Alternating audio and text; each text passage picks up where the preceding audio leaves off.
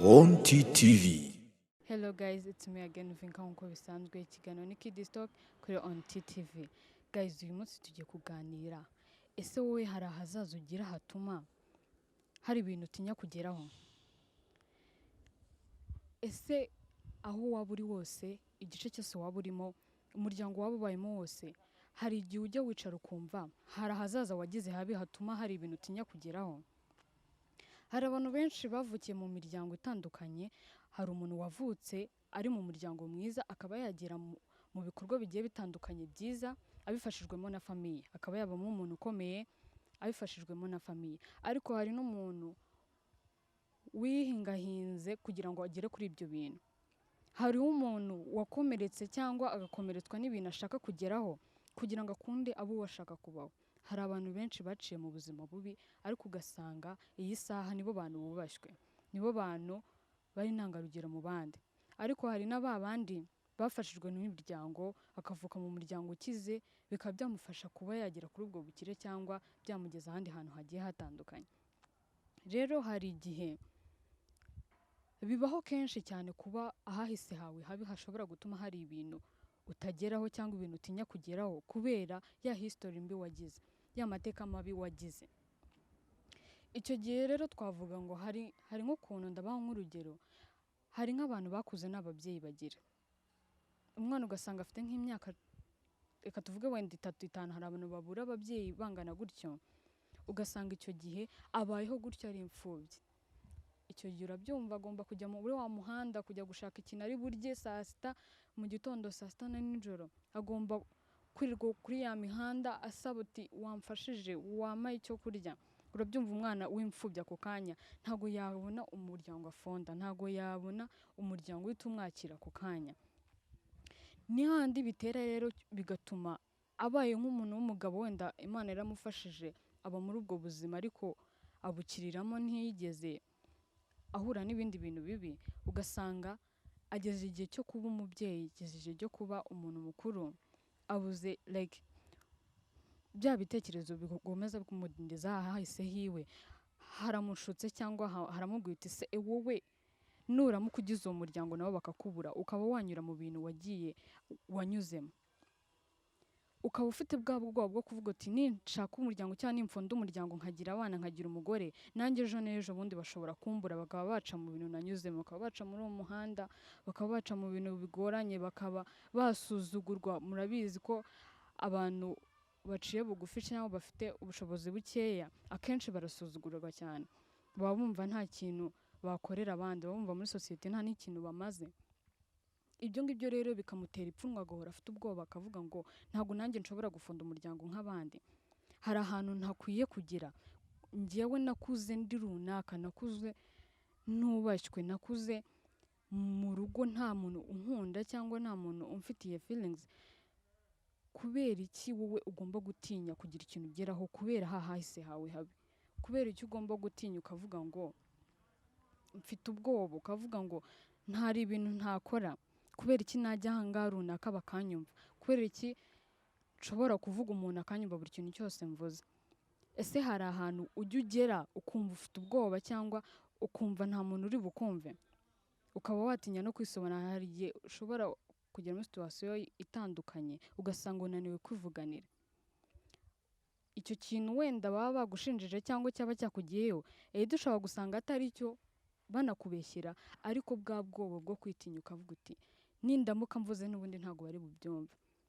Wa muryango sinakuriyemo, hahantu navuye, biragarura ya mateka, ntago abantu bari bubashe kwakira ijambo ryanjye. Ntago niyo navuga, niyo nakisobanura, nta muntu uri bwumve ko ndi mukuri. Igihe cyose baba bumva ko mbeshya. Nk'umwana rero wakuriye ku muhanda, icyo kiganiro naragikoze niba mukibuka.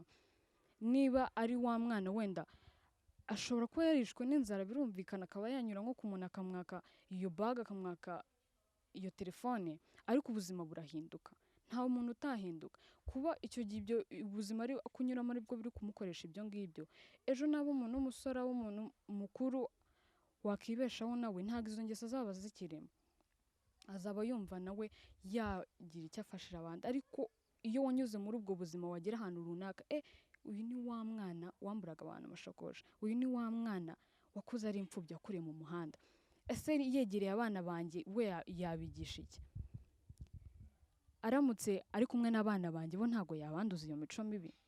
Ugahura wumva ko wa muntu wanyuze mu bintu bibi, wa muntu wanyuze mu mateka mabi atahinduka, cyangwa bya bintu byamukoresheje ayo mateka yatumye akora ibintu bidakorwa, cyangwa kugira ngo abone amarongo, kugira ngo abone ukuntu aramuka. Nawe buri muntu wese aba yifuza kuramuka. Niba wariye ugahaga, nijoro uraba ushonje, uraba ukeneye kurya. Ntago rero uko inda yawe ihora igusaba ngo ndashaka iki, uhora igusaba ngo urashonje, niko nawe aba yumva ko ejo n'ejo bundi nawe yavamo umuntu ukomeye. Kuba aya masaha hari umubyeyi ushobora kwicara akabwira nk'umwana we ngo gusa ubwo wowe ngo urumva hari ikintu wakimarira, ngo ubwo wowe urimo kumva ejo nawe uzavamo umuntu. Imagine umubyeyi wicara akabwira umwana we gutyo bitewe n'ukuntu amubona cyangwa bitewe n'imyitwarire afite. Ese urimo kumwigisha iki? Niba wifuza ko ibyo bintu bivamo, cyangwa ayo mateka yavamo, cyangwa izo ngeso mbi azivamo, ni gute ushobora kwicara ukabwira umwana wawe ngo ubwo urumva ko ejo nawe uzavamo umuntu? Ese ubu burimo kwibaza ko we agira ibihe bitekerezo, yumva wari iki? Ni hahandi usanga umwana yumva nta kintu ari cyo, ni hahandi usanga atashobora kwivuganira mu bandi, atashobora kuvuga ngo nanjye ndi runaka, nshobora kuvuga nkumva, nshobora gusaba ikintu runaka bidakoresheje amafaranga, bidakoresheje kuba iwacu turi abakire cyangwa turi abakene, nkumva kubera ijambo nkoresheje ryiza, cyangwa kubera njyewe ubwanjye. Kubera iki tugomba kugira ibintu dutinya kugeraho kubera ahashize hacu cyangwa ahahise hacu? Kuki dutinya kugira ibintu tugeraho? Ugasanga hari imishinga myinshi ushaka kugeraho, hari amabije menshi ufite, wenda ubwo buzima bubi wabuvuyemo, Imana yaragufashije ubuvamo, ariko ukumva ntabwo icyo gikorwa wagikora, ukumva ntabwo uwo mushinga runaka ushaka gukora, cyangwa abo bantu ushaka gufasha, ukagira ubwa bwoba, ukagira kwa kuvuga ngo njyewe mfite ahahise habi, njyewe nta muntu wakumva ibintu nanyuzemo, cyangwa wakumva situation yanjyanye mu bintu runaka. Ni iyihe mpamvu ishobora gutera umuntu gutinya kugira ikintu ageraho? Ni kubera icyo ushobora gutinya ngo ntabwo ngomba kujya ahantu kubera ahahise hanjye, ntabwo ngomba kujya muri aba bantu kubera ahahise hanjye, ntabwo ngomba kwicarana n'uyu kubera ahahise hanjye? Ubundi buri muntu wese uko yaba angana kose aba angana n'undi, buri muntu wese anganya uburenganzira n'undi, buri muntu aba afite uburenganzira bwiwe. Kuba rero wakicara ukumva ko ahahise hawe hashobora gutuma hari ibintu utageraho, nawe niba warakuriye muri ubwo buzima bubi, niba warakuze wenda uri imfubyi, cyangwa iwanyu batifashije, ejo we biharanire ko ari wowe ugomba kugira umuryango ushyitse, biharanire ko ari wowe ugomba kugira umuryango mwiza. Niba iwanyu mutaragize umuryango mwiza, kubera icyo ugomba gucika intege ngo njyewe ntawe nageraho?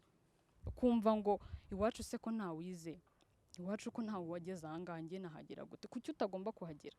Ni irihe tegeko, ni hehe byanditse kuvuga ngo abantu bo kwa runaka ntabwo bagera kuri iki ngiki? Yego ufite iryo zina ryo muri iyo famiye, ariko we wahindura ayo mateka, we wahindura iyo mibereho abakubanjirije babayeho.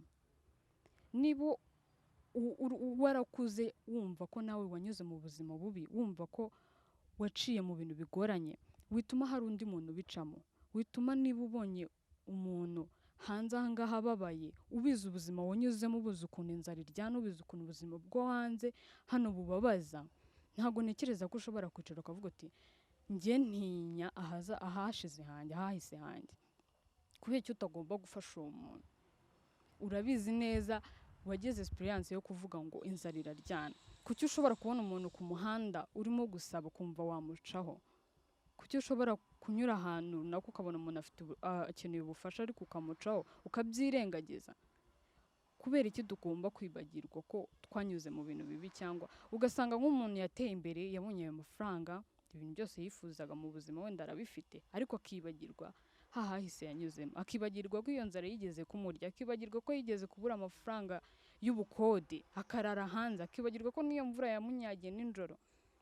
ibintu byose ukabyibagirwa ukamera nk'umuntu uvutse aka kanya akisanga muri ubwo bukire. Ntabwo ukwiye gutekereza nka wa mwana wakuze iwabo bose ibintu byose bihari. Ntabwo ukwiye gutekereza nka wa mwana uri bubyuka avuga ngo dadara arazana umugati dufate breakfast, arazana buri kimwe cyose, arazana izo nkweto nziza, arazana iyo myenda myiza igezweho. Ntabwo ukwiye gutekereza nkawe, kuko uwo aba yarakuze ibintu byose abihabwa, aba yarakuze buri kintu cyose akibona aho ngaho mu rugo bifashije. Ariko wowe niwicara ukumva ko aho ngaho ugeze ariko wavutse kandi ubizi neza ahantu wanyuze, ahantu waciye, ntabwo ntekereza ko icyo kintu muri society hari ikintu waba utumariye cyangwa waba ufashije abandi. Niba uteye imbere, fasha abandi bari hasi yawe. Niba hari ikintu ugezeho, girira icyo umarira abandi. Niba hari ibintu runaka wagezeho, byigisha undi abimenye. Ntago ejo n'ejo bundi nawe wava muri iyo place akayijyamo. Rero abaye mwarakoranye cyangwa mwaranyuranye muri ubwo buzima, azi ibyo bintu ukora cyangwa abizi neza nawe warabimwigisha, warabimunyujijemo, ntekereza ko wenda niyo company waba warashinze ntabwo ishobora kudindira, kuko hari abantu wigishije ibyo bintu nawe wagezeho. Hari abantu bateye imbere kubera wowe, hari abantu babashije kuba bo bari we kubera wowe. Rero ntago mukwiye gutinya ahahise hanyu. Ntago mukwiye gutinya kuvuga ngo hari ibintu ntakora kubera ahahise hanjye, hari ibintu ntakora kubera history mbi nabayemo.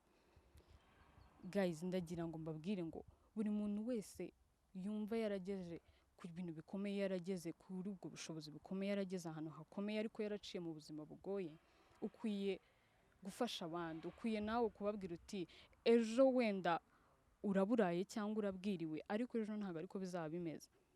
Murabizi ko bucya bwitwa ejo, ntabwo bucya bwitwa ngo ni irindi zina runaka, bucya bwitwa ejo. Mufite rero kumenya ngo ugomba gutinyuka ngo ugomba gukora ibi ngibi, ugomba gutinyuka ngo urafasha abangabo, ugomba gutinyuka buri kintu icyo ari cyo cyose kuko ufite uburenganzira. Ntabwo ukwiye kwicara uvuga ngo njye ndi wa muntu utakora iki kintu runaka kubera ahahise hanjye. So guys, don't have to be weak because of your bad past. Instead, you have to make it history and move forward because of your history, because your good things, not bad, the world you have been through. So your past can let you be afraid.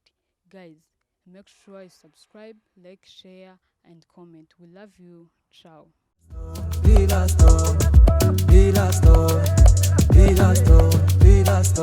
On TTV.